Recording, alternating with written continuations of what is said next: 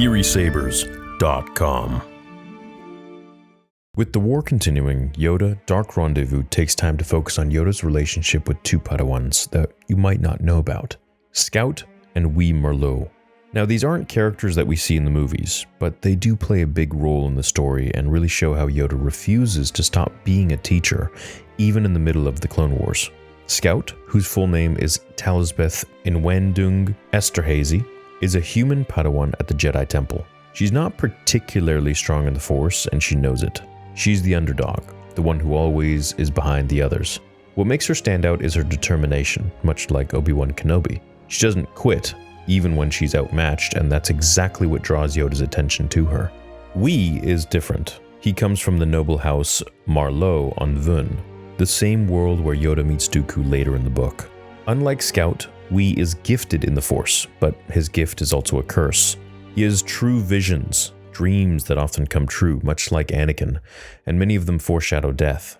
In Legends continuity, it's actually Wee who is one of the Padawans that Anakin kills during Order 66 at the Temple, which makes his presence here pretty profound and heartbreaking. Now, early in the book, Wee's master, Max Leem, confides in Yoda about these visions. She says, "He said it wasn't one of the special dreams." And Yoda asks, "Believe him, did you?" She replies, "I'm not sure. He was badly scared, and there was a stirring in the Force." Now, of course, this line hits a little heavier when we know Wee's future. He's calm, maybe even serene, but in the calm of someone who already knows how his story ends. His master even compares him to Anakin, but not in the way that you'd expect. She tells Yoda, "The Force is strong in him, and between you and me, he carries it better than Anakin ever has. Such calm in one so young." And this is kind of the tragic contrast where Wee is the boy who carries his burden with grace, who will die by Anakin's hand. Now, Yoda also remembers Wee's origins. He was born on Vun and his family was broken by madness and violence. Yoda recalls this by saying, "Born on Vun, he was. Insane, the father went. And his mother, very strong she was. Begged us to take him, she did. Take him from the slaughterhouse. Her words those were." So Wee isn't just a Padawan with visions, he's actually a child of tragedy, carrying a calm exterior while walking towards a inevitable end. It kind of makes me wonder why Palpatine didn't want to maybe recruit him as well, seeing as how he comes from a darker past, and I'm sure Palpatine could exploit that. Scout, meanwhile, is the survivor after the fight on Findar. Stewart describes her breaking point. After the fight, Scout wanted to curl up and cry. Yoda had other ideas. He pushed the Padawans from junkyard to junkyard looking for a ship. And that's how Yoda trains her. He doesn't let her give into her despair. He puts her to work, makes her keep moving, because he knows her real strength isn't raw force power, it's resilience. Now, a lot might not know this, but Obi-Wan actually really wasn't powerful in the Force at all. It was his sheer dedication to training, because he knew that he lacked the abilities that maybe Anakin had, or people like him that were gifted, that he ended up becoming quite strong just through having to practice, 5 times as much as everyone else. There's also this line in the book where Yoda expresses how he's always going to be a teacher.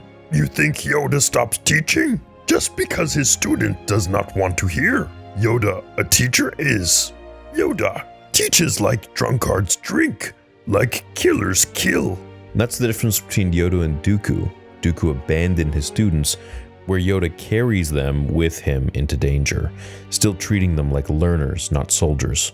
When you compare this to Attack of the Clones, the difference is there, for sure.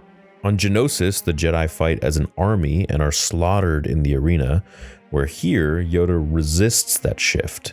He's not turning Scout and Wee into fighters for the Republic, he's still trying to train them as Jedi.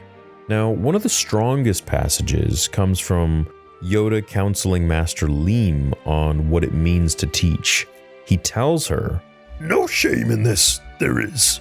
Think you the relationship between Master and Padawan is only to help them? Oh, this is what we let them believe, yes. But when the day comes that even Yoda does not learn something from his students, then truly he shall be a teacher, no more. No greater gift there is than a generous heart." That's why Scout and we matter. Yoda isn't just shaping them, he also is letting them shape him. This is what separates him from the rest of the council. It's what's missing with Anakin. Obi-Wan didn't learn from him. Mace Windu only saw him as a threat. But Yoda articulates here that none of them understood teaching is a two-way bond. Scout and we represent two sides of the Jedi future, where we is the gifted seer who can't escape his visions. Scout is the underdog who survives by persistence alone. Yoda invests in both, but the tragedy is that neither path is enough to save the Order from what's coming. At one point, Yoda promises Dooku, "Always catch you, will I? When you fall, I swore it." It's a vow that he keeps with the Padawans too. He catches them when they stumble, guides them when they falter. But with Dooku, and later Anakin, pride blocks the hand that could have saved them. And that's the real heart of Dark Rendezvous. While Sith Lords debate philosophy in citadels, Yoda is walking with two children, teaching them, pushing them, proving that the Jedi are still teachers, not generals. And that's what makes the story pretty tragic, because we know what Yoda doesn't know yet. We will be cut down in the temple, and Scout's resilience can't stop the fall of the Jedi. But Yoda teaches anyway, because that's who he is, even in the middle of war. Especially in war, actually. He refuses to let the classroom die. Thanks so much for watching this video. I hope you enjoyed it, and I will see you guys in the next episode of Star Wars Theory.